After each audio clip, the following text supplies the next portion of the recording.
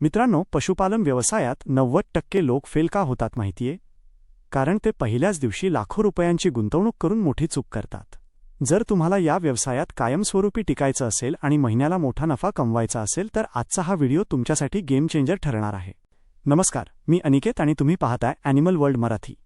आज आपण एका अशा विषयावर बोलणार आहोत जो तुमचा व्यवसाय बुडण्यापासून वाचवू शकतो, तो म्हणजे पशुपालनाची सुरुवात नेमकी किती जनावरांपासून करावी?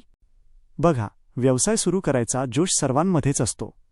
पण जोशामध्ये येऊन लगेच बँकेतून मोठं कर्ज काढणं, आलिशान गोठा बांधणं आणि एकदम 10 ते 15 गायी विकत आणणं म्हणजे स्वतःच्या पायावर धोंडा मारून घेण्यासारखं आहे. माझा तुम्हाला कळकळीचा सल्ला आहे की सुरुवात नेहमी छोट्या प्रमाणातच करा. सुरुवातीला फक्त 2 ते 3 गायी किंवा 10 ते 15 शेळ्यांपासून सुरुवात करण्याचे मोठे फायदे आहेत. पहिला म्हणजे तुम्हाला प्रत्यक्ष अनुभवाची शिदोरी मिळते. जनावरांचा आहार, त्यांचे आजार आणि वेळेचं नियोजन हे पुस्तकातून नाही तर प्रत्यक्ष काम करूनच समजतं. दुसरा फायदा म्हणजे तुमची आर्थिक रिस्क कमी होते.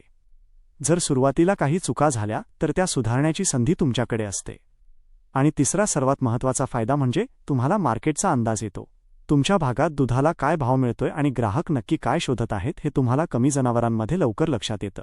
लक्षात ठेवा मित्रांनो, आधी अनुभव कमवा, मग पैसा आपोआप येईल. एकदा का तुम्हाला 2 जनावरांचं गणित जमलं की मग तुम्ही कितीही मोठी डेअरी उभी करू शकता. तुम्हाला काय वाटतं? सुरुवातीला किती गायी असाव्यात? तुमचं मत कमेंटमध्ये नक्की सांगा. आणि पशुपालनाची अशीच प्रॅक्टिकल माहिती मिळवण्यासाठी आपल्या ॲनिमल वर्ल्ड मराठी चॅनलला सबस्क्राईब करायला विसरू नका. धन्यवाद.